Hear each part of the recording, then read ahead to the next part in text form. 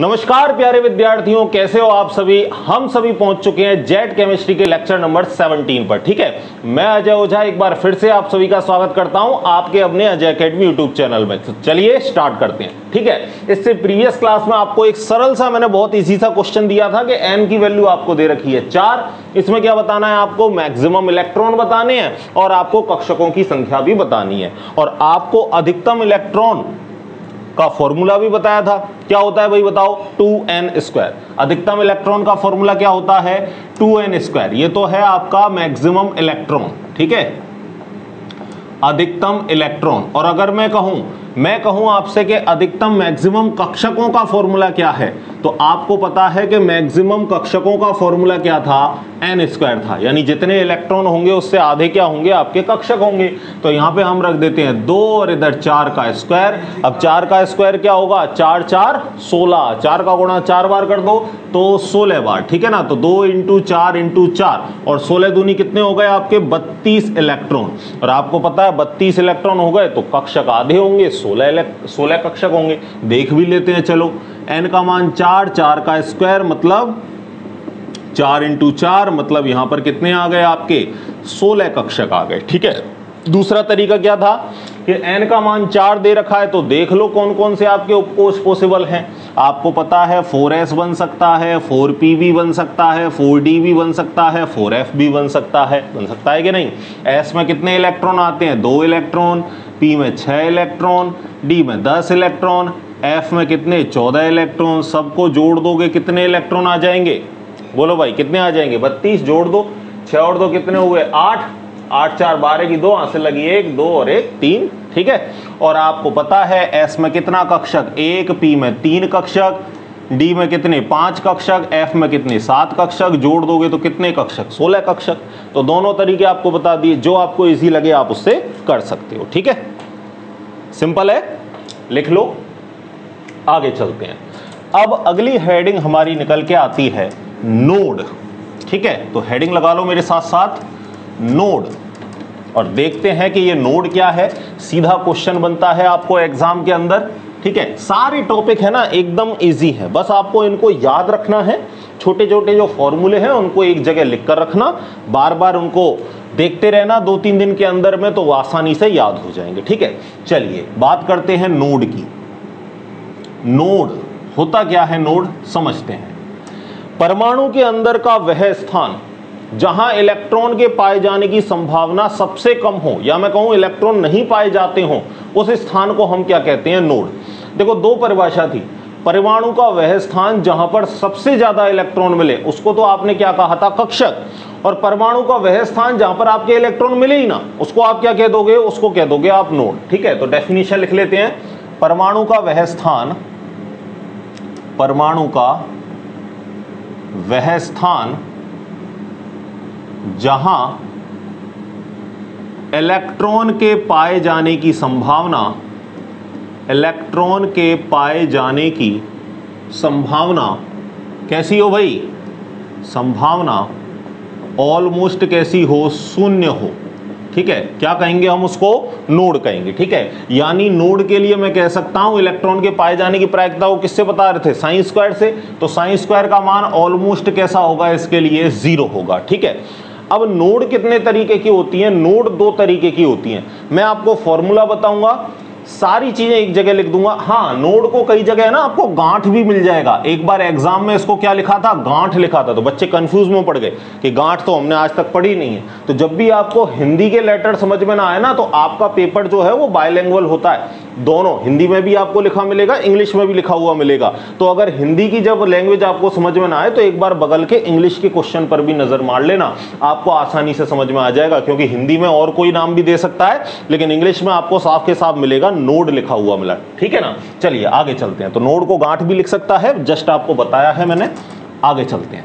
Node के लिए आपको 2 फॉर्मूले याद रखने हैं। पहली बात, पहला फॉर्मूला लिख रहा हूं, गोलीय नोड, जिसको इंग्लिश में बोलते हैं स्फेरिकल नोड। ठीक है, स्फेरिकल नोड, या आपको बोल दे त्रिज्य नोड। ठीक है, त्रिज्य नोड, इसको बोलते हैं रेडियल नोड। Radial node. ठीक है, इसको हिंदी में भी ऐसे ही लिख सकता है। अब मैं इंग्लिश लिख रहा हूं, आपको ऐसे समझ में नहीं आ रहा तो आप ऐसे लिख लो रेडियल नोड, लेकिन लिखो जरूर रेडियल नोड। ठीक है, कोई भी नाम दे सकता है आपको। और बोलूं तो और क्या बोल सकता है इसको, अरिय नोड। क्या बोल सकता है, अरिय नोड, या सिंपल आपको नोड भी बोल दे, कुछ ना बोले, सिंपल क्या बोल दे आपको, नोड। तो भी कौन सा फॉर्मूला लगाना है आपको, फॉर्मूला लगाना है n minus L minus one. कौन सा फॉर्मूला लगाओगे, n minus L minus one. एक बार दोबारा देखो, आपको गोलीय नोड बोले, आपको त्रिज्य नोड बोले, आपको अरिय नोड बोले, सभी में आप फॉर्मूला क्या लगाओगे, n minus L minus one. एक चीज और आप याद रखना, अगर आपको नोडीय पृष्ठ बोले, क्या बोले, नोडीय पृष्ठ बोले, इंग्लिश में मैं लिख देता हूं नोडल सरफेस। क्या बोले, नोडल सरफेस, तो भी फॉर्मूला कौन सा लगाओगे, n minus L minus one. तो ये 3-4 चीजें बताई हैं, फॉर्मूला याद रखना n minus L minus one. दूसरा फॉर्मूला आपको बोल दे, हिंदी में लिख देता हूं, आपको बोल दे नोडीय तल। ठीक है, नोडीय तल, इंग्लिश में लिख देता हूं नोडल प्लेन। ठीक है, नोडल प्लेन, या आपको बोल दे कोणीय नोड। क्या बोल दे आपको, कोणीय नोड। कोणीय नोड का मतलब एंगुलर नोड, इंग्लिश में भी लिख देता हूं एंगुलर नोड।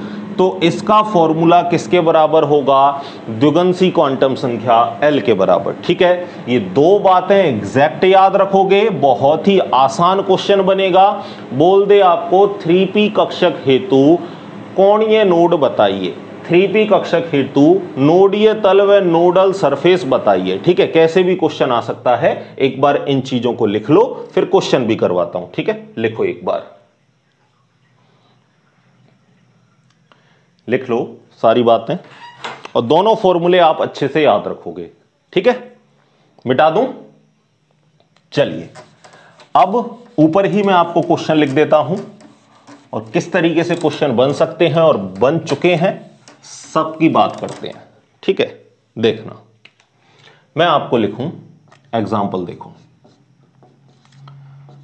3p व 3d में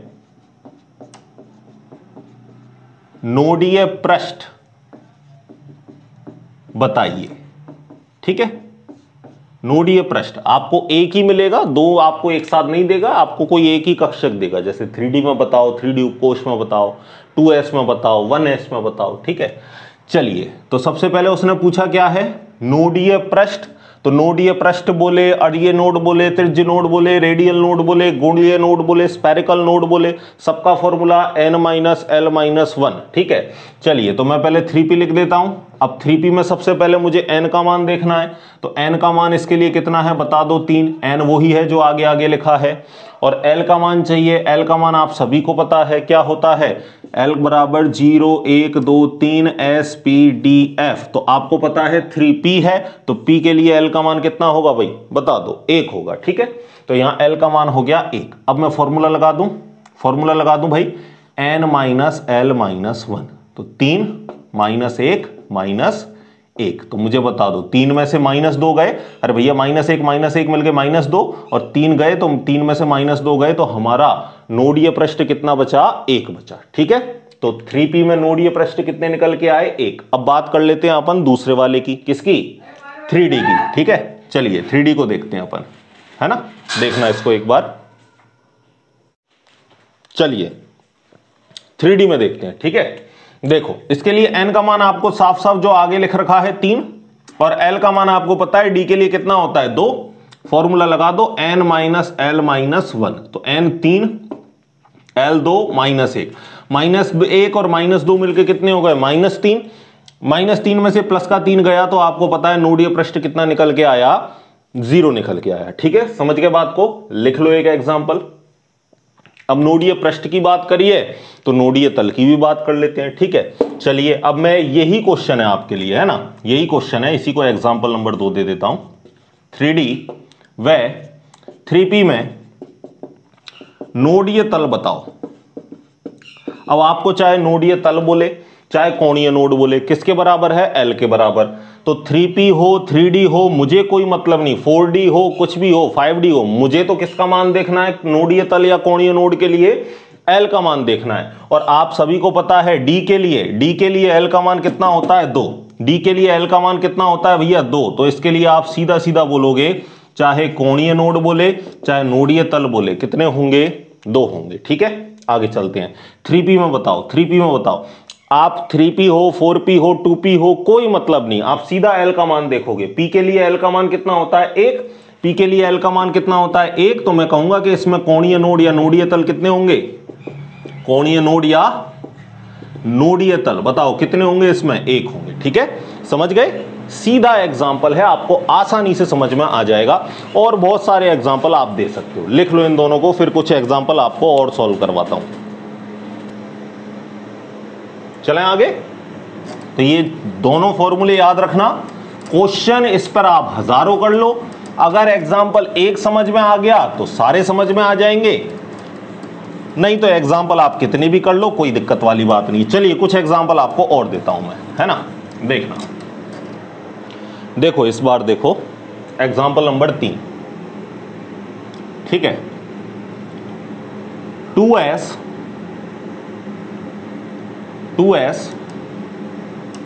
4p 4f और 4d में रेडियल नोड बताइए, रेडियल नोड बताइए। ठीक है, अब चाहे रेडियल नोड बोले, चाहे अरीय नोड बोले, गोलीय नोड बोले, त्रिज्य नोड बोले या नोडीय पृष्ठ बोले, फॉर्मूला कौन सा लगना है n-l-1। बोलो मेरे साथ, वीडियो में देखते देखते बोलो n-l-1। ठीक है ना, जितना बोलोगे उतना याद होगा। चलिए बात करते हैं 2s की, फिर लिख लेंगे हम किसको 4p को, इसके बाद लिख लेंगे हम किसको 4f को, इसके बाद हम लिख लेंगे 4d को। ठीक है, चलिए फॉर्मूला क्या लगना है बता दो भाई, n-l-1। तो n आपके लिए दिख रहा है कितना है 2 है। l कितना होता है s के लिए बता दो भाई, s के लिए l कितना होता है 0 होता है। तो 0 माइनस 1, 2 में से 1 गया, कितने कितने बचेंगे 1। तो इसके अंदर रेडियल नोड कितना निकला 1 निकला। आगे चलते हैं 4p n-l-1, n का मान कितना दे रखा है 4 माइनस l, p के लिए l का मान कितना होता है 1 माइनस 1, 4 में से माइनस 2 कितने बचेंगे 2। तो 4p में रेडियल नोड कितने निकल के आए, यहां मैं ऊपर लिख देता हूं, ये किसके मान है भाई, रेडियल नोड के मान है। ठीक है, 4f की बात करते हैं, n माइनस l, f के लिए l का मान कितना, f के लिए l का मान कितना 3। तो 4 माइनस 3 माइनस 1, तो कितना आ जाएगा 4 में से 3 और 1 4 गए, तो मतलब इसके लिए मान आ गया 0। 4d की बात करते हैं, 4 माइनस l कितना होता है d के लिए, d के लिए l होता है 2। तो 4 माइनस 2 माइनस 1, तो यहाँ रेडियल नोड कितना निकल के आया 1 निकल के आया। बोलो समझ गए। अब ये तो कहानी थी किसकी, रेडियल नोड की। इसी में मैं आपको बोल दूं कि कोणीय नोड बताओ, या मैं कह दूं कि नोडीय तल बताओ, बात एक ही है। तो आप सभी को पता है कोणीय नोड या नोडीय तल किसके बराबर होता है, l के बराबर। तो मुझे तो इसमें 2s हो 5s हो 6s हो कोई मतलब नहीं, मुझे तो क्या देखना है l, और l में देख लूंगा। s के लिए l का मान कितना होता है 0। तो पहले वाले में बताओ कोणीय नोड कितना होगा 0। ठीक है, दूसरे में p है, p में आपको पता है l का मान कितना होता है 1। तो 4p हो 5p हो 6p हो कोई लेना देना नहीं। ठीक है, सीधा p देखते ही l का मान 1, तो कोणीय नोड 1। ठीक है, 4f, f के लिए l का मान कितना होता है 3। तो इसमें कोणीय नोड कितने होंगे 3 होंगे।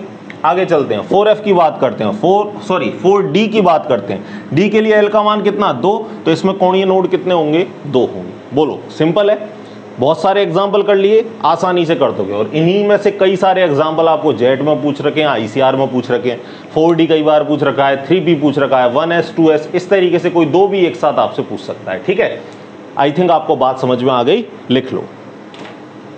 ठीक है, इंपॉर्टेंट है, आसान है, 4 नंबर दिला के जाएगा। चलिए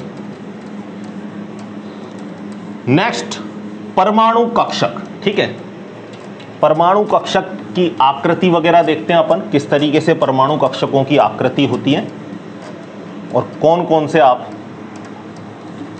उपकोष पढ़ोगे। देखिए, इस पृथ्वी पर जितने भी तत्व पाए जाते हैं ना, वर्तमान में जितने भी तत्व हैं अभी तक जितने भी ज्ञात हैं, उनको कितने ब्लॉक में हमने डिवाइड किया है 4 ब्लॉक में, S block, P block, D block और F ब्लॉक। तो आपको है ना एस कक्षक की आकृति, पी की आकृति, डी की आकृति और एफ की आकृति। एफ की आकृति जटिल होती है, आपके सिलेबस तक नहीं है। हम बात करेंगे यहां पर एस की कैसी आकृति होती है, पी की कैसी होती है और डी की होती है, डी की कैसी होती है। ठीक है, तो मेरे साथ आप हेडिंग लगाओ, परमाणु कक्षकों की आकृति। परमाणु कक्षकों की, परमाणु कक्षकों की आकृति।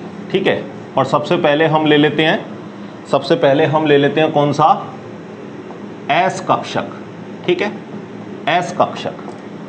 चलिए, एस कक्षक, और इसकी आकृति की मैं बात करूं तो इसकी जो शेप होती है वो कैसी होती है, गोलाकार, और इंग्लिश में बोलूं तो स्फेरिकल। कैसी शेप होती है भाई इसकी, स्फेरिकल, गोलाकार शेप होती है। जैसे मैं आपको डायग्राम बना के बताऊं, जैसे ये आपका 1s कक्षक है। ठीक है, ये बीच में नाभिक और ये आपके इलेक्ट्रॉन इस तरीके से बिखरे हुए। ठीक है, ये आपका 1s कक्षक हो गया, गोलाकार है भाई, बिल्कुल गोलाकार है। अब अगर आपका 2s हो और इसकी आपको पता है कि कोई नॉन डायरेक्शनल है, कोई भी डायरेक्शन नहीं है, गोलाकार है, तो चाहे x में यहाँ पे बना लेता हूँ, चलो डायरेक्शन भी बना लेता हूँ, y में नीचे दे देता हूँ, ये लो y हो गया, और z में यहाँ दे देता हूँ, ये लो, कोई दिक्कत नहीं है। ठीक है, गोलाकार है, नॉन डायरेक्शनल है।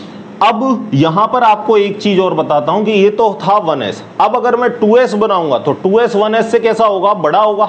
ठीक है, तो यहां पर अगर मैं 2s बनाऊंगा तो देखो, पहले तो ये बनाया मैंने 1s, पहले तो क्या बनाया 1s, उसके बीच में थोड़ा खाली स्थान, और खाली स्थान के बाद में दोबारा इलेक्ट्रॉन आएंगे, और ये आपका बन गया कौन सा कक्षक, 2s कक्षक। कौन सा बन गया, 2s कक्षक। अब आप बोलोगे कि सर ये खाली स्थान क्या है, अरे ये खाली स्थान ही तो है जिसको हम क्या कहते हैं, नोड कहते हैं। बताया था ना, परमाणु के अंदर वह स्थान जहां पर आपके इलेक्ट्रॉन ना मिले उसको हम क्या कहते हैं, नोड कहते हैं। और अगर मैं इसमें नोडीय तल निकालूं, क्या निकालूं, नोडीय तल, कोणीय नोड या नोडीय तल, तो आपको पता है क्या होता है, नोडीय तल किसके बराबर होता है, L के बराबर। यानी नोडीय तल इसमें भी क्या निकलेगा, 0, नोडीय तल इसमें भी क्या निकलेगा, 0, और इसमें भी क्या निकलेगा, 0। नोडीय तल इसमें भी क्या निकलेगा, 0। देखो, नोडीय तल का मतलब क्या होता है, आप एक ऐसा प्लेन लगाओ जहां पर आपको इलेक्ट्रॉन नहीं मिलने चाहिए। तो यहां पर मैं ऐसा कोई प्लेन लगा सकता हूं क्या, खड़े से काटूं तो भी इलेक्ट्रॉन मिल रहे हैं, ऐसे काटूं तो भी इलेक्ट्रॉन मिल रहे हैं, और अगर ऐसे काटूं इसको, जैसे मेरे पास ये मान के चलो ये गोला है मेरे पास 2s का, और अगर मैं ऐसे काटूं क्षैतिज तौर पे तो भी इलेक्ट्रॉन तो मिलेंगे ना, बीच में इलेक्ट्रॉन कट जाएंगे ना। तो कहने का मतलब इसमें नोडीय तल कैसा होगा भैया, 0 होगा। ठीक है, ज्यादा दिमाग पर जोर देने की जरूरत नहीं है, सीधा समझ लो नोडीय तल कैसा होगा, 0 होगा। ठीक है, क्योंकि यहाँ पर आप प्लेन किसी भी तरीके से नहीं लगा सकते। अभी आगे बताऊंगा पी कक्षक, उसमें प्लेन लगा सकते हो। ठीक है, चलिए, और अगर यहां पर रेडियल नोड पूछता आपसे तो बताओ भाई, रेडियल नोड पूछता तो यानी त्रिज्य नोड, तो आपको पता है यहां से यहां तक तो मुझे बताओ इलेक्ट्रॉन है क्या, बिल्कुल है, तो यहां तो त्रिज्य नोड मिलेगी नहीं। लेकिन जब मैं 2s में जाऊंगा, जब मैं यहां से 2s में जाऊंगा तो ये रही त्रिज्या, मुझे बताओ बीच में खाली जगह मिली कि नहीं मिली, मिली ना, तो यहां त्रिज्य नोड निकल के आएगी। यहां त्रिज्य नोड कितनी निकलेगी, 1 निकलेगी। देख लेते हैं, चलिए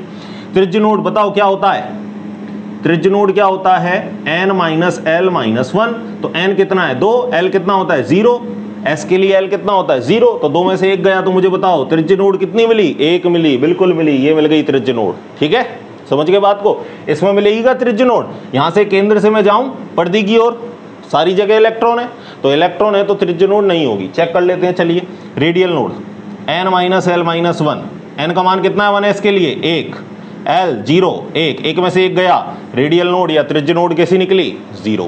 समझ गए बात को। ठीक है, डिटेल से भी आपको समझा दिया। चलिए अब बात करते हैं अपन किसकी, पी कक्षक की। लिख लो इतनी बातें, लिख लिया, लेट्स मूव ऑन। नेक्स्ट लगाओगे आप पी कक्षक, दूसरी हेडिंग लगाओ पी कक्षक। ठीक है, पी कक्षक,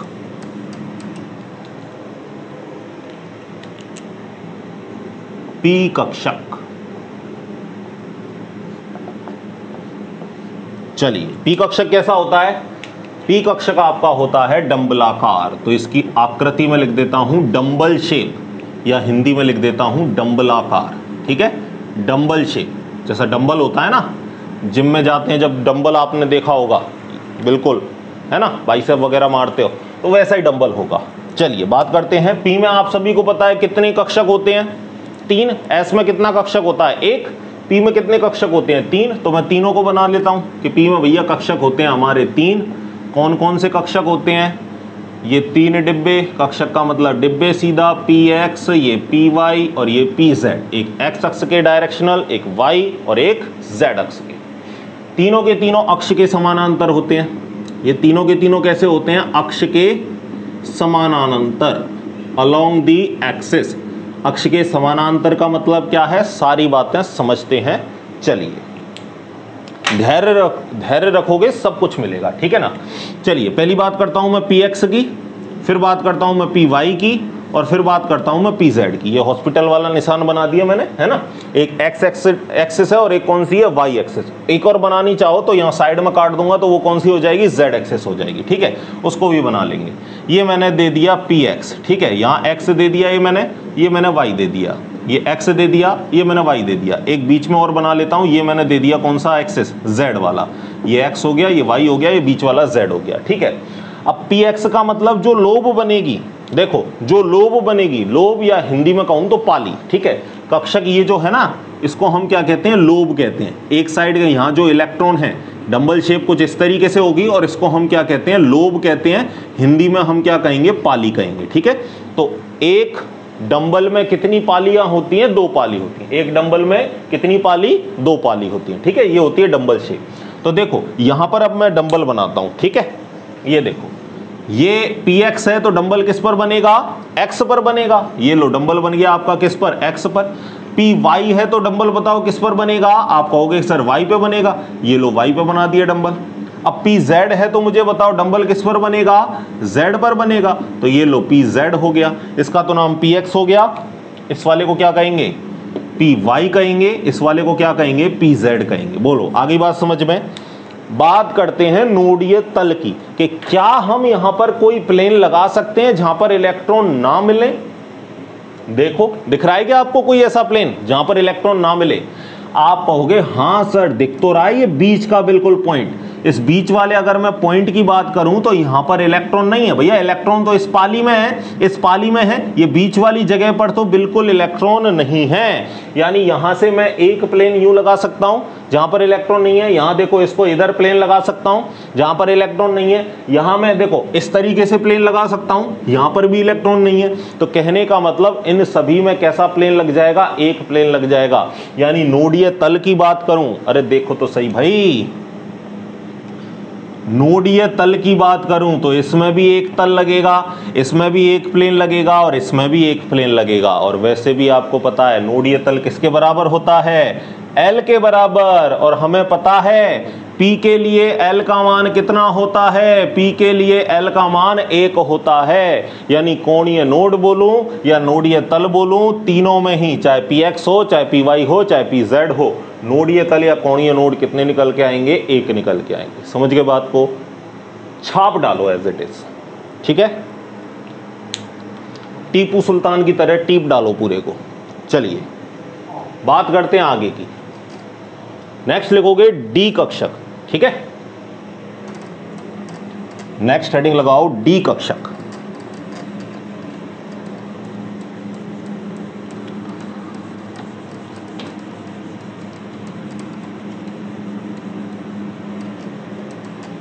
नेक्स्ट लास्ट बहुत इंपॉर्टेंट, क्योंकि यहां पर एक आपको dz मिलेगा, है ना, dz²। वहां पर थोड़ी सी कहानी बदलेगी। तो अगर आपको थोड़ा सा दिमाग लगाया पेपर बनाने वाले ने तो dz से आपको पूछ सकता है, dz² से, ठीक है ना। डी में 5 कक्षक होते हैं, पांचों के नाम क्या होते हैं भाई बताओ? dxy, dyz, dzx, dx² - y² और dz², ठीक है। तो अब बात करते हैं तीसरे की, डी कक्षक की, ठीक है। तो हेडिंग लगाओ तीसरा डी कक्षक। और डी कक्षक की अगर मैं आकृति की बात करूं, किसकी बात? आकृति की, तो इसकी आकृति कैसी होती है? डबल डंबलाकार। कैसी होती है भैया? डबल डंबलाकार, ठीक है। डबल डंबल यानी एक डंबल में 2 पाली, तो 2 डंबल में कितने हो जाएंगी? 4 पालियां हो जाएंगी, ठीक है। चलिए मैं यहां पर पहले कक्षक लिख लेता हूं। कक्षक कितने होते हैं बताओ भाई? डी के अंदर कक्षक कितने होते हैं? आप कहोगे कि सर डी के अंदर तो 5 कक्षक होते हैं।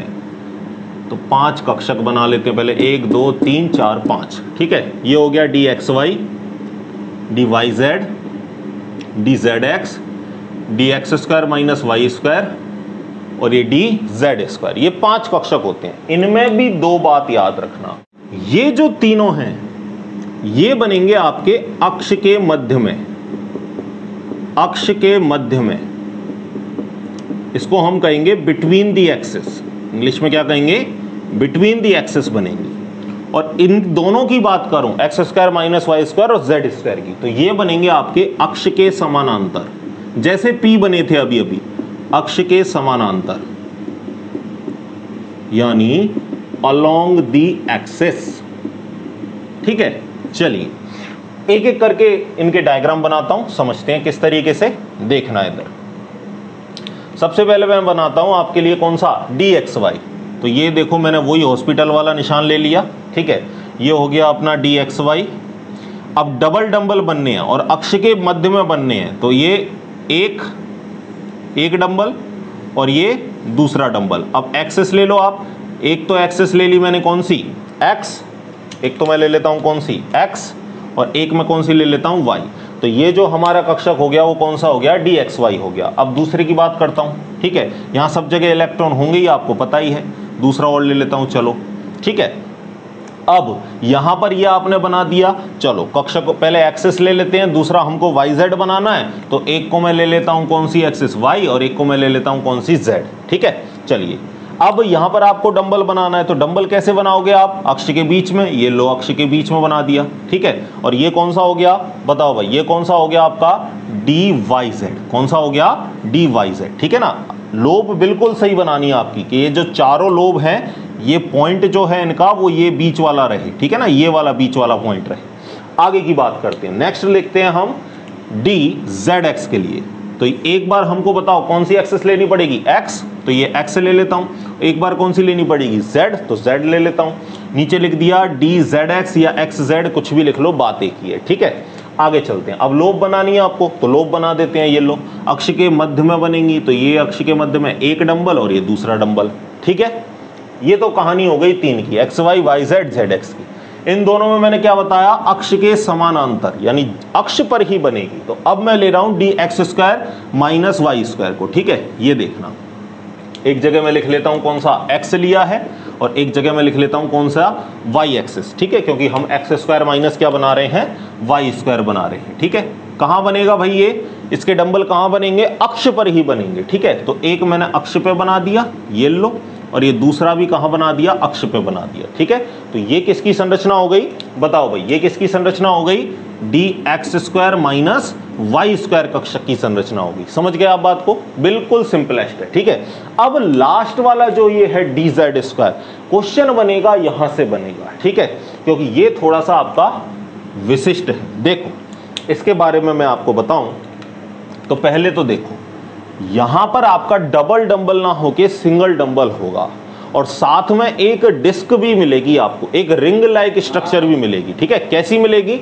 देखते हैं। चलिए देखो इधर इस तरीके से, पहले इस तरीके से डंबल बनाना है आपको एक, फिर नीचे डंबल दूसरा आपको बनाना है। ठीक है, और बीच में आपको क्या बना देनी है, एक रिंग बना देनी है। क्या बना देनी है, बीच में आपको एक रिंग, इस तरीके से डिस्क बना देनी है पूरी, है ना, जहां पर आपके इलेक्ट्रॉन क्या कर रहे होंगे, घूम रहे होंगे। अगर मैं बताऊं इलेक्ट्रॉनों को अगर मैं दूसरे मार्कर से दिखाऊं, तो ये लो, ये सब जगह क्या घूम रहे होंगे भैया, इलेक्ट्रॉन घूम रहे होंगे। और ये आपका कौन सा हो गया, ये आपका हो गया डी जेड स्क्वायर। कौन सा हो गया, डी जेड स्क्वायर हो गया। समझ गए बात को। इसकी शेप को बोले कि कोई, इसकी आकृति कैसी होती है, नट शेल। ठीक है, नट शेल जैसी होती है। ठीक है आपको, और अगर इसमें मैं आपको बताऊं तो इसमें मुझे बताओ प्लेन लगा सकते हो क्या, इसमें प्लेन लगा सकते हो क्या। चलिए प्लेन की बात हम शुरू से करते हैं। यहां पर देखो एक्स वाई में क्या मैं प्लेन लगा सकता हूं, जहां पर मुझे इलेक्ट्रॉन ना मिले। आप कहोगे सर बिल्कुल 2 प्लेन लगा सकते हो जहां से इलेक्ट्रॉन नहीं मिलेंगे। देखो इस बीच वाले पॉइंट पे इलेक्ट्रॉन मिलेंगे क्या, नहीं मिलेंगे। तो यहां से देखो एक प्लेन तो ये लग गया, है ना, और दूसरा प्लेन आप ऐसे भी तो लगा सकते हो। 2 प्लेन मिल गए आपको जहां से इलेक्ट्रॉन नहीं है। इसमें लगा सकते हो क्या, इसमें भी 2 प्लेन लगा सकते हो, एक ये रहा और एक ये रहा, वही 2 प्लेन यहां मिल गए। नोडीय तल कितने मिले, 2 मिले। ठीक है, यहां पे देखो एक प्लेन ये लगा, एक प्लेन ये लगा, तो यहां पे भी आपको कितने नोडीय तल मिले, 2 मिले। यहां पे देखो, यहां पे भी प्लेन लगा सकते हो क्या, बिल्कुल लगा सकते हो। अरे एक ये लगा दो, ये वाला। ठीक है, ये वाला लगाओगे तो देखो अगर मैं इसको बिल्कुल एग्जैक्ट बनाऊं तो देखना इसको एक बार और अच्छे से डायग्राम देखना।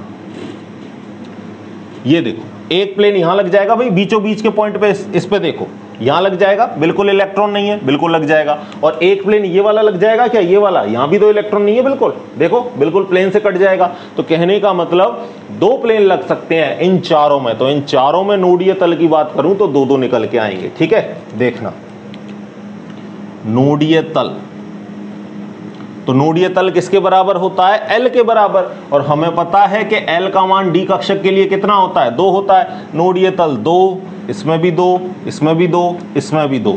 लेकिन जब एग्जाम में साफ साफ बोले कि dz² के लिए नोडीय तल बताओ, तो मुझे बताओ इसको काट सकते हो क्या कहीं, किसी भी तरीके से नहीं काट सकते। देखो ये किस तरीके से, ये समझना, ये समझो, ये आपका एक नीचे लोब है, ठीक है, ये नीचे लोब वाली है, और ये एक ऊपर लोब है। ठीक है, ये ऊपर लोब है और ये नीचे लोब है, और बीच में ऐसी रिंग है, बीच में ऐसी रिंग है चारों बगल। ठीक है, समझ में आ रही है, बीच में ऐसी रिंग है। अब मैं इसको काटना चाहूं, कहीं से प्लेन लगाना चाहूं, लगेगा क्या, मैं यहां से प्लेन लगाना चाहूं, लगेगा क्या, इलेक्ट्रॉन तो मिल रहे हैं ना ऊपर नीचे, तो प्लेन मिला ही नहीं। मुझे तो वो प्लेन देखना है जहां पर इलेक्ट्रॉन ना मिले।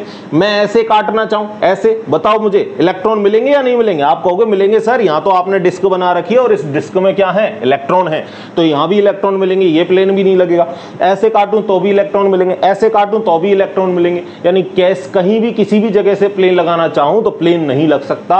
यानी सीधा सीधा समझ जाना, अगर आपको साफ साफ अगर एग्जाम में बोले कि dz² में नोडीय तल बताओ, तो क्या कहोगे, dz² में नोडीय तल कैसे होते हैं, 0 होते हैं। बोलो भाई बात आई कि नहीं आई समझ में, इस चीज को आप स्टार लगा के याद रखना।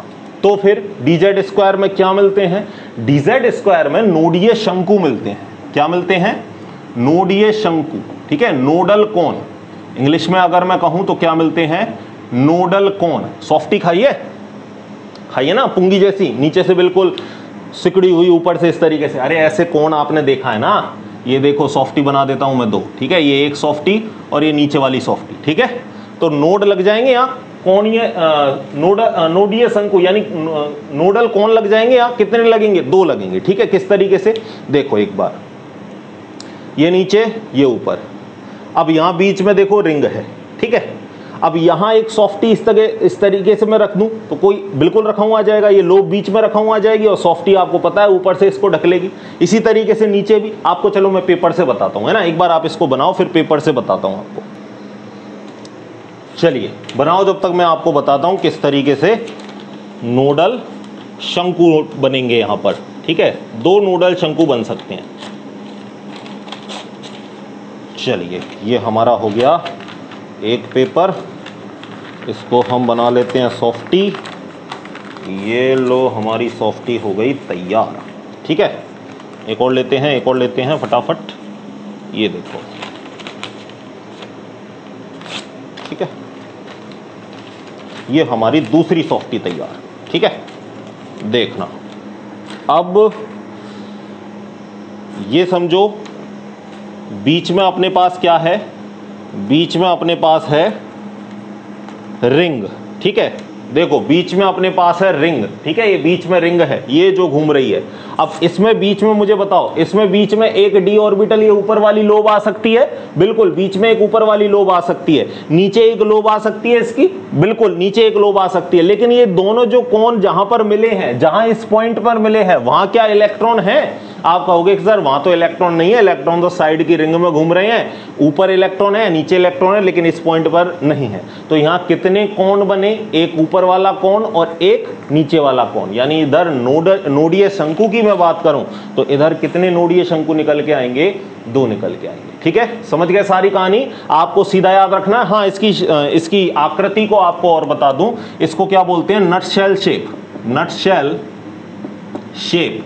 और क्या बोलते हैं इसको, और इसको बेबी सूथर या बेबी सुथार, इस तरीके से भी आपको कोई नाम मिल जाए तो उसको क्लिक कर देना। ठीक है, स्पेशली किसकी बात कर रहा हूं मैं, dz² की बात कर रहा हूं। तो नटशेल शेप या बेबी सूथर नाम से आपको आकृति मिल जाए। ठीक है, बोले कि dz² की आकृति बताओ, तो नटशेल या बेबी सूथर याद रखना। ठीक है, लिख लो सारी बातें, फिर आपको मैं बताता हूं इलेक्ट्रॉनिक विन्यास।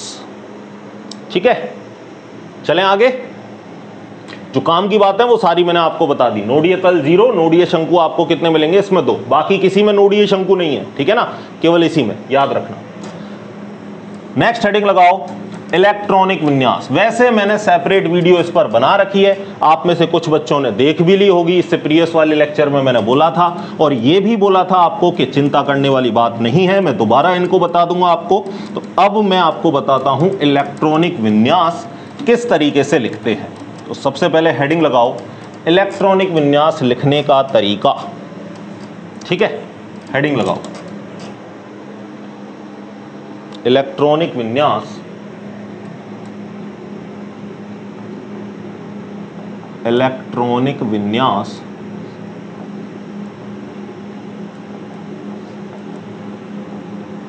लिखने का तरीका या लिखने के नियम, ठीक है। कितनी बातें बताऊंगा, केवल 3 स्टेप। कितने स्टेप, 3 स्टेप, और इलेक्ट्रॉनिक विन्यास खेल खत्म। पहला स्टेप देखो, step number first. Step first में क्या है आपका, फॉर्मूला। क्या है भैया, फॉर्मूला। कौन सा फॉर्मूला है, देखो फॉर्मूला देखो एक बार, शर्मा शर्मा प्रसाद शर्मा प्रसाद शर्मा, इसको आगे ही लिख देता हूं, है ना, सही रहेगा। Prasad Sharma Durga Prasad Sharma, Durga Prasad Sharma father of Durga Prasad Sharma, father of Durga Prasad, ये हमारा फॉर्मूला है। Sharma Sharma Prasad Sharma, Prasad Sharma Durga Prasad Sharma, Durga Prasad Sharma father of Durga Prasad Sharma, father of Durga Prasad. याद हो जाएगा। एस से शर्मा को दिखा रहे हैं, पी से प्रसाद, डी से दुर्गा, और एस से एफ से हो गया हमारा फादर, ठीक है। स्टेप फर्स्ट हो गया। ये क्या है आपका, एनर्जी लेवल। ये आपको क्या बता रहा है, ऊर्जा का क्रम, ठीक है ना, ऊर्जा का क्रम है। किसका क्रम है, कक्षकों की ऊर्जा का क्रम है, ठीक है। अब आपको दूसरी बात याद रखनी है, कौन सा आपका कक्षक कहां से स्टार्ट होता है। तो मैंने बताया एस कक्षक स्टार्ट कहां से होता है, 1 से, पी स्टार्ट होता है 2 से, डी कहां से स्टार्ट होता है 3 से, एफ कहां से स्टार्ट होता है 4 से। यानी एस 1 से स्टार्ट हो रहा है तो 1s 2s बिल्कुल बनेगा, 0s नहीं होता।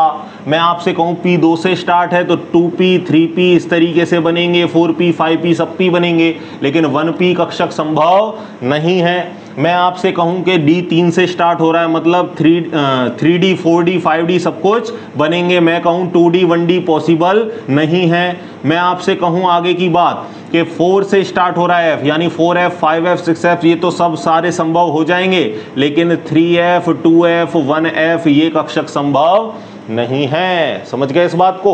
ये दूसरी चीज हो गई। तीसरी चीज क्या है, इसको भी यहां लिख देता हूं, maximum electron. Maximum electron, S में कितने 2, पी में कितने 6, डी में कितने 10, एफ में कितने 14 इलेक्ट्रॉन। इतनी बातें अगर आपको पता है तो इलेक्ट्रॉनिक विन्यास लिखने से कोई नहीं रोक सकता, ठीक है। इतनी बातें लिखो, फिर आगे इधर चलता हूं, देखना।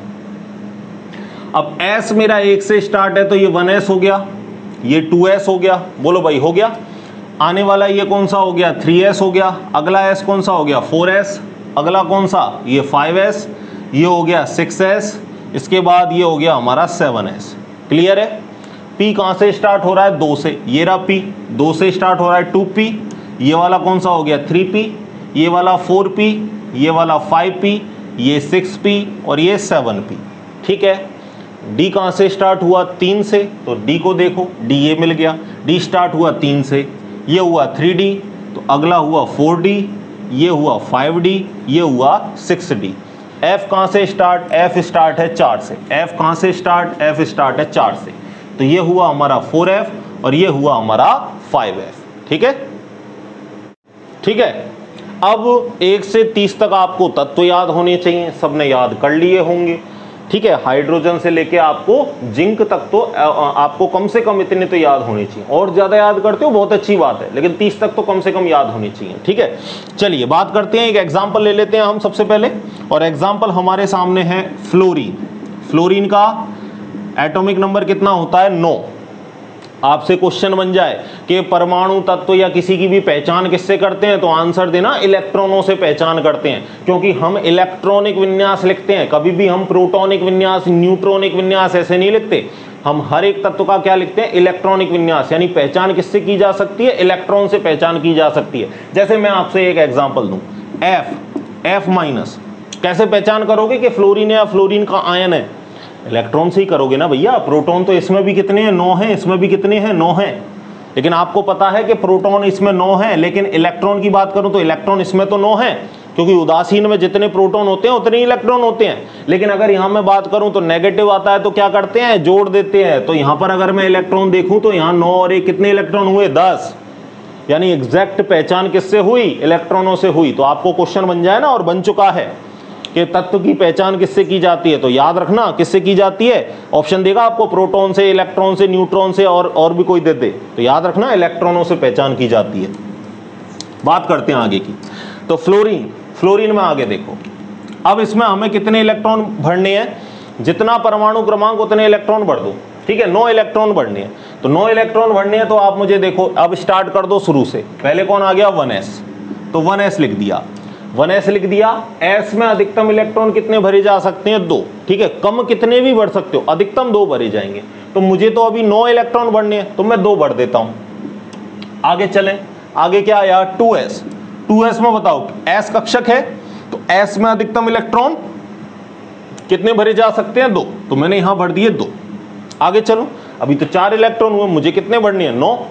आगे चलता हूं, कौन आया, 2p। ये ऊर्जा का बढ़ता हुआ क्रम है, ये ऊर्जा का क्या है, कक्षकों की ऊर्जा का बढ़ता हुआ क्रम है। आपसे कोई पूछ ले, यही क्वेश्चन पूछ ले आपसे, ठीक है, कि मुझे बताओ 4 आपको उपकोष दे दे, ठीक है, कौन कौन से दे दे, आपको दे दे 2s दे दे, 5s दे दे, 4f दे दे, 7p दे दे।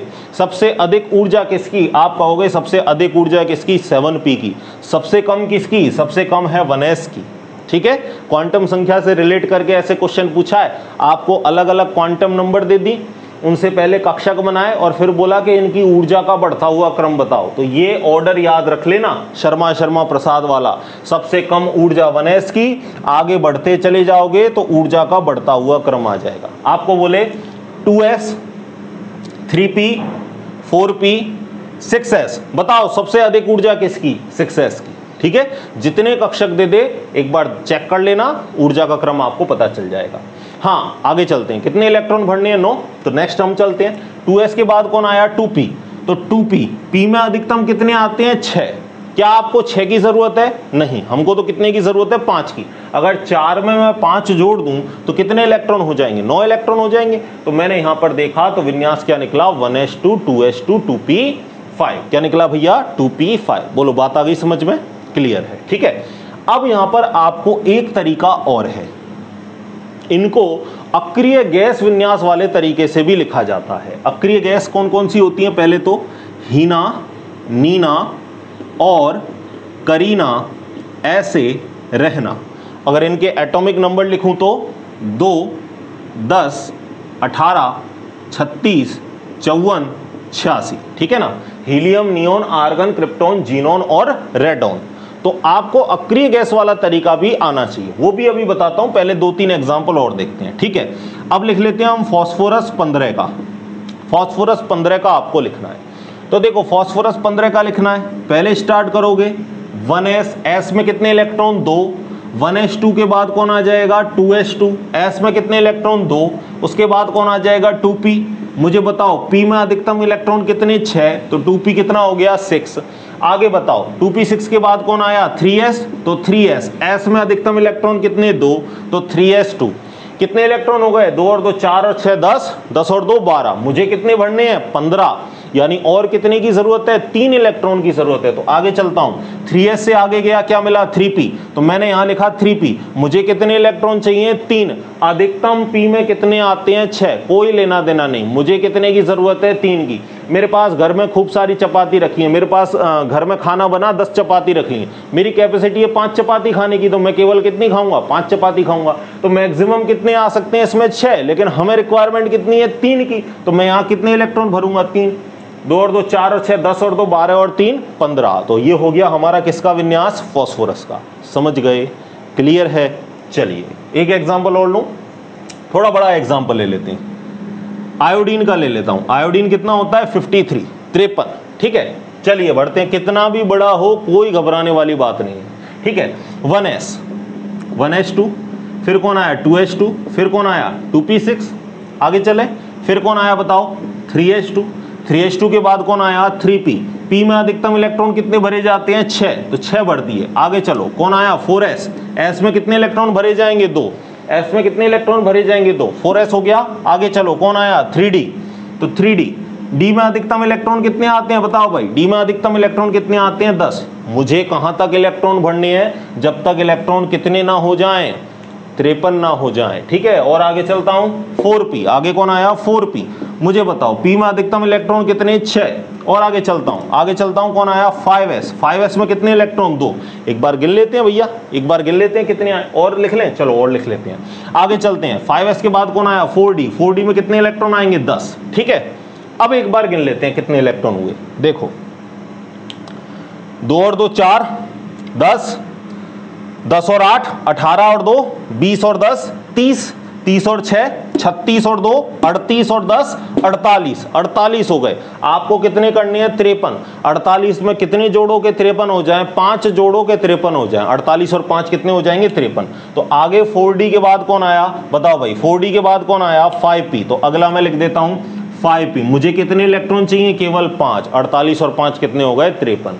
मैक्सिमम 6 आते हैं, हमें जरूरत केवल 5 की है तो हम 5 ही लिखेंगे, ठीक है। अब आपको पता है कि इस तरीके से, और अगर मैं मान के चलो और बड़े बड़े एलिमेंट्स का लिखूं, 90 का लिखूं, 110 का लिखूं, 105 का लिखूं, तो मुझे ऐसे 1s करके बहुत लंबा चलना पड़ेगा ना। तो इसको शॉर्ट करने के लिए हम अक्रिय गैस वाला तरीका अपनाते हैं। कौन सा तरीका भैया, अक्रिय गैस वाला तरीका। करते क्या है कि परमाणु क्रमांक से पहले जो अक्रिय गैस आ रही है उसको ब्रैकेट में लिख दो, वहां तक इलेक्ट्रॉन आपके भर गए, फिर वहां तक इलेक्ट्रॉन लिखने की जरूरत नहीं है, फिर जो बाह्यतम कक्षा के जो इलेक्ट्रॉन है केवल उनको लिख दो, ठीक है। जैसे मैं आपको बताऊं इसको और किस तरीके से लिख सकते हैं। फ्लोरीन से पहले बताओ मुझे कौन सी अक्रिय गैस, फ्लोरीन का नंबर कितना है 9, 9 से पहले कौन सी अक्रिय गैस, आप कहोगे सर 9 से पहले कौन सी आती है, हीलियम। तो मैं यहां ब्रैकेट में किसको लिख देता हूं, हीलियम को, मतलब 2 इलेक्ट्रॉन भरे जा चुके। अब 2 इलेक्ट्रॉन मुझे 1s2 लिखने की जरूरत अब नहीं है, ठीक है। अब मैं डायरेक्ट क्या लिखूंगा 2s2 और 2p5, सही ये भी है ये भी है, दोनों ही सही है, आपको जो आता है आप उसको लिख सकते हो, ठीक है। एग्जाम में आपको दोनों में से कोई भी एक मिल सकता है, तो आपको दोनों ही तरीके आने चाहिए, ठीक है। दूसरे की बात करता हूं। अब आप बोलोगे कि सर 15 से पहले हम देखेंगे कौन सी अक्रिय गैस है, तो 15 से पहले कौन सी अक्रिय गैस है, नियोन 10, कौन सी है 10, तो मैं ब्रैकेट में क्या लिख दूंगा नियोन, मतलब कितने इलेक्ट्रॉन भरे जा चुके, 10 इलेक्ट्रॉन भरे जा चुके। अब मुझे 1s2 2s2 2p6 लिखने की जरूरत नहीं है, क्योंकि यहां तक ही तो 10 आ रहे हैं, 2 और 2 4 और 6 10, तो अब मुझे 10 तक लिखने की जरूरत नहीं है। डायरेक्ट चलूंगा, मैं क्या लिखूंगा 3s2 3p3, तरीका ये भी सही है ये भी सही है, कैसे भी लिख सकते हैं, ठीक है। इधर आ जाओ, आयोडीन 53 पर आ जाओ, ठीक है। अब आपको पता है आयोडीन 53 है, तो 53 से पहले अक्रिय गैस देखो, 53 से पहले अक्रिय गैस कौन सी है, क्रिप्टॉन 36, कौन सी है भैया क्रिप्टॉन 36। तो अब मैं क्या लिखूंगा, अब मैं ब्रैकेट में क्या लिखूंगा क्रिप्टॉन, यानी कितने इलेक्ट्रॉन भरे जा चुके, 36 इलेक्ट्रॉन भरे जा चुके, ठीक है। तो यहां तक अब मुझे लिखने की जरूरत नहीं है, यहां तक कितने होते हैं 30, 30 और 6 कितने हो गए 36 हो गए, ठीक है। अब आपको करना क्या है, थोड़ा सा क्रम भी मेंटेन कर लेना, ठीक है। जैसे 5s है और यहाँ क्या है 4d, तो मुझे बताओ संख्या में 4 पहले आता है या 5, आप कहोगे कि सर पहले 4 आता है, तो जो पहले आता है उसको लिख दो। पहले क्या लिख देंगे हम 4d10 को, फिर क्या लिख देंगे हम 5s2 को, फिर क्या लिख देंगे 5p5 को, ठीक है। अगर आप डायरेक्ट भी लिख देते हो तो भी कोई गलत नहीं माना जाएगा, आप ऐसे भी लिख देते हो 5s2 4d10 5p5 तो भी कोई गलत नहीं है, लेकिन एक तो होता है अच्छा, एक होता है बहुत अच्छा, केवल उतना फर्क है, ठीक है ना। वैसे लिखोगे तो केवल ठीक है, ऐसे लिखोगे तो बहुत अच्छा है, ठीक है ना। चलिए, तो ये दोनों बातें आपको समझ में आ गई होंगी, ठीक है। 2 एक्सेप्शन बताऊंगा जो जेट भर भर के उन्हीं को पूछता है, हर बार पूछेगा तो उन्हीं को पूछेगा, ठीक है। तरीका आपको आना चाहिए, एग्जाम्पल मन से आपको और दूंगा, वो आप करके बताओगे, ठीक है। चलिए, इतनों को लिख लीजिए पहले एक बार, फिर कुछ एग्जाम्पल देता हूं जो एक्सेप्शन है थोड़े। चलिए देखो, 2 एग्जाम्पल की बात करता हूं, कौन कौन से, और घुमा फिरा के इन्हीं को पूछेगा आपसे बार बार, देखना। एग्जाम्पल है क्रोमियम 24 और कॉपर 29, ठीक है। यहां मैं अगर इनके लिखूं तो क्या लिखता है, 24 इलेक्ट्रॉन आने चाहिए, 1s2 2s2 2p6 3s2 3p6, यहां तक हो गए 3s2 3p6, फिर आगे कौन आया 4s2, फिर 3d4, यही होना चाहिए था, होना तो यही चाहिए था। यहां कितने हुए 18 और 2 20, 20 और 4 24, लेकिन ये आपका गलत है। ये कैसा है भैया, गलत है। ठीक है, तो सही क्या है, सही की बात करते हैं। सही क्या होता है इसका 4s1 3d5, क्या होता है इसका 4s1 3d5। ऐसा क्यों हुआ देखते हैं। ठीक है, चलिए थोड़ी सी कहानी इनकी लेके चलता हूं मैं आपको। इनका सामान्य अगर मैं लिखूं तो अक्रिय गैस वाला, तो आपको पता है 24 से पहले कौन सी आएगी, 24 से पहले आर्गन आएगी 18, तो मैं ब्रैकेट में किसको लिख देता हूं, आर्गन को, मतलब ये 18 इलेक्ट्रॉन अब मुझे लिखने की जरूरत नहीं है। पहले कौन आता है 3, तो मैं लिख देता हूं 3d, और आपको पता है फिर कौन आ जाएगा 4s आ जाएगा। ठीक है, अभी पहले मैं पुराना वाला केस ले लेता हूं। होना तो क्या चाहिए था, होना तो क्या चाहिए था, s में 2 होने चाहिए थे और d में कितने होने चाहिए थे, 4 होने चाहिए थे, लेकिन ये कैसा है, गलत है। ठीक है, आगे चलता हूं। देखो s में कितने होने चाहिए थे 2 इलेक्ट्रॉन, और d में कितने होने चाहिए थे 4 इलेक्ट्रॉन होने चाहिए थे, 1 2 3 और 4 इलेक्ट्रॉन होने चाहिए थे। ये कहानी होनी चाहिए थी। लेकिन आप ये सोचो कि एक घर में 4 भाई हैं, 5 भाई हैं, 5 कक्षक है ना d में, चारों के पास तो खाने को एक एक चपाती है, पांचवे के पास कुछ नहीं है, तो क्या ये स्टेबल होगा, क्या नहीं, ये क्या बोलेगा मुझे भी खानी है, मुझे भी खानी है एक चपाती, भैया मेरे साथ इतना भेदभाव क्यों। ठीक है, अब जिसकी लाठी उसकी भैंस, यहां 4 भाई का जोर ज्यादा, ये तो अकेला बैठा है, अकेला ही 2 चपाती के मजे मार रहा है, तो इस पे से एक चपाती को छुड़ा के ले आएंगे, यानी यहां से s पे से 1 इलेक्ट्रॉन छुड़ाया और छुड़ाकर किसको दे दिया, अपने 5वें भाई को। कहने का मतलब s के अंदर तो कितना रह गया, s के अंदर तो 1 इलेक्ट्रॉन रह गया, और d के अंदर कितने इलेक्ट्रॉन आ गए, 5 इलेक्ट्रॉन आ गए, और ये विन्यास आपका सही विन्यास है। ऐसा क्यों हुआ, क्योंकि पांचों में 1-1 इलेक्ट्रॉन है, तो ये स्थायी विन्यास हो जाता है, पांचों आधे भरे हुए हैं, और इसे हम क्या बोलते हैं, स्थायी अर्धपूरित विन्यास। क्या बोलते हैं इसको, स्थायी अर्धपूरित विन्यास। इस वजह से यहां पर स्टेबिलिटी की वजह से, क्योंकि ज्यादा स्थायित्व मिलता है, इस वजह से इस तरीके की कहानी होती है। ठीक है, तो यहां हम क्या लिखेंगे, ऐसा क्यों होता है, बिकॉज स्थायी अर्धपूरित विन्यास, stable half filled configuration, stable half filled electronic configuration. ठीक है, समझ गए क्रोमियम को। यानी अब D4 कभी भी मत लिखना 3D, मेनली किसके लिए, 3D के लिए, 3D4 नहीं आएगा। इसी तरह एक और बात करता हूं, कॉपर की बात करता हूं, चलिए इसको मैं इधर लिख लेता हूं। ठीक है, देखो कॉपर की बात करता हूं, देखना कॉपर को देखो, 29 क्या होना चाहिए था, 1s2 2s2 2p6 3s2 3p6 4s2 3d9, यही होना चाहिए था भैया। 20 और 9 कितने हो गए 29, लेकिन ये कैसा है, गलत है। क्या होता है यहाँ पर 4s1 और 3d10, ये विन्यास होता है, यानी 9 का क्या बन जाता है, 10 बन जाता है। क्यों होता है ऐसा, चलो आर्गन वाला भी लिख लेते हैं, आर्गन 3d10 4s1, ऐसा क्यों होता है, s में कितने इलेक्ट्रॉन थे पहले 2, और d में कितने इलेक्ट्रॉन थे, d में थे 9 इलेक्ट्रॉन, 1 2 3 4 5 6 7 8 9 इलेक्ट्रॉन थे। वही बात, 5 भाई हैं, 4 के पास खाने को 2-2 चपाती, 5वें के पास 1 ही रह गई, क्या बोलता है, मुझे भी कितनी चपाती खानी है 2, तो जिसकी लाठी उसकी भैंस, भैया इस पे से छुड़ा के ले आए और इसको दे दिए 2 इलेक्ट्रॉन के खा ले भाई तू भी 2 चपाती। ठीक है, अब यहां पर मुझे बताओ s के अंदर कितना इलेक्ट्रॉन बचा, 1, और d के अंदर कितने बचे 10 इलेक्ट्रॉन, यानी s में 1 हो गया, d में 10 हुए। ऐसा क्यों हुआ, क्योंकि ये पूरा भरा हुआ है d, और पूरा भरा हुआ है तो इसका विन्यास कैसा होता है, ज्यादा स्थायी होता है। तो हम इसको कहेंगे यहां कौन सा विन्यास है, स्थायी पूर्ण पूरित विन्यास। कौन सा विन्यास है, स्थायी पूर्ण पूरित विन्यास। तो स्थायी पूर्ण पूरित विन्यास की वजह से इस तरीके का काम यहां पर हुआ, because of full field electronic configuration. ठीक है, समझ गए बात को। अब ये तो रही एक समझाने वाली बात। अगर क्वेश्चन बन जाए कि s में से d में चला जाता है, क्यों, रीजन बताओ, तो आप क्या कहोगे कि s और d की लगभग जो एनर्जी है वो कैसी होती है, ऑलमोस्ट सेम होती है, लगभग समान होती है। ठीक है ना, इस वजह से यहाँ पर स्थानांतरण संभव हो जाता है, और स्थानांतरण इसीलिए होता है क्योंकि यहाँ पर ज़्यादा स्थायित्व मिलता है। और दुनिया में हर कोई स्पीसीज, हर कोई प्राणी, हर कोई एटम, हर कोई एलिमेंट, सब कोई क्या पाना चाहता है, स्टेबिलिटी। आप भी पढ़ रहे हो, क्यों पढ़ रहे हो कि भैया एक जगह अच्छी जगह से हम जाएंगे, अच्छी जगह हमको एडमिशन मिलेगा, 4 साल के लिए बढ़िया एजुकेशन, हम एक जगह स्टेबल हो जाएंगे, ठीक है। आगे अच्छी जगह से पढ़ेंगे तो बढ़िया आगे अपॉर्चुनिटी मिलेगी, अच्छी नौकरी मिलेगी और आगे का जो हमारा भविष्य, जो हमारा कैरियर है वो कैसा होगा, स्टेबल होगा। इसलिए तो पढ़ते हैं ना अपन। तो हर कोई स्टेबिलिटी चाहता है और इस वजह से यहाँ पर एस में से इलेक्ट्रॉन किस में चला जाता है, डी में। तो मोटी मोटी अगर मैं आपको बात बताऊं तो दिमाग में एक चीज ये मेरी बिठा लेना, बिल्कुल IMP, ठीक है। क्या बिठा लेना कि 3D 4 और 3D 9 ये जिंदगी में कभी नहीं आएंगे, ठीक है।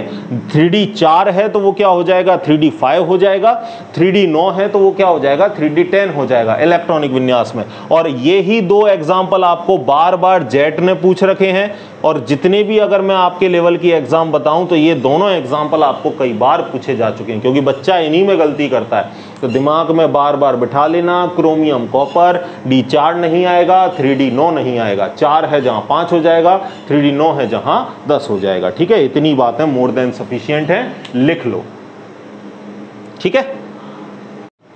बोलो भाई, कर लोगे? अब कुछ एग्जाम्पल आप मुझे बताओगे, ठीक है। कुछ एग्जाम्पल आप अपनी कॉपी में करोगे।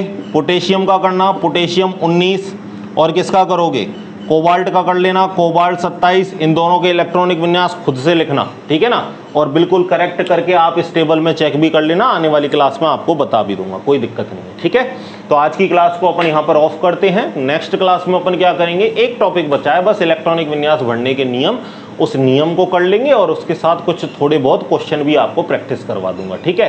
तो मेरा प्रयास कैसा लग रहा है बताना भूलना नहीं, और जो भी आपको होमवर्क देता हूं उसको बताओगे आप, उसको कमेंट बॉक्स में कमेंट करोगे, इतनी जिम्मेदारी आपकी बनती है, ठीक है ना। चलिए, इतनी तो आशा मैं आपसे कर ही सकता हूं, ठीक है। तो बस पढ़ते रहिए, मेहनत करते रहिए, मिलते हैं नेक्स्ट वीडियो में, तब तक के लिए धन्यवाद।